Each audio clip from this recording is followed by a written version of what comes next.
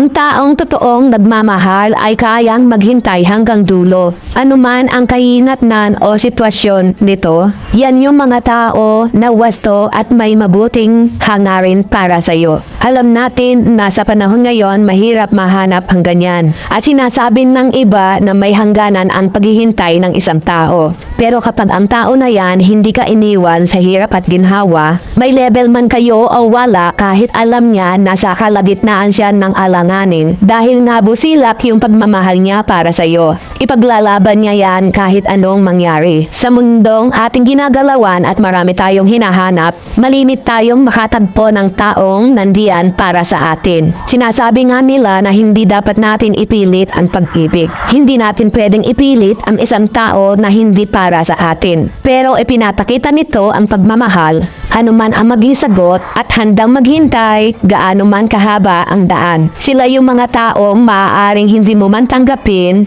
pero sila yung mga taong pangmatagalan.